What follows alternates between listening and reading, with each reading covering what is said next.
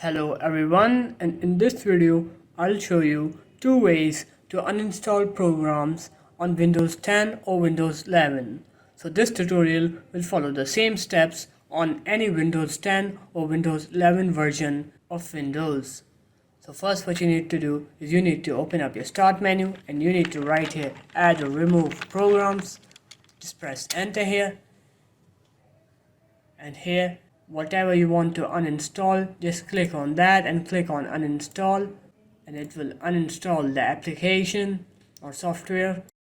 Or the second way, which is the faster way, you can open up the control panel and here just click on uninstall a program, and here whatever you want to uninstall, just click on uninstall right here and it will uninstall the program for you. This is faster than the original way I showed you. So it was just that easy, guys. So if you found this video helpful, do leave a like, comment and subscribe to the channel, and I'll see you in my next one. Peace.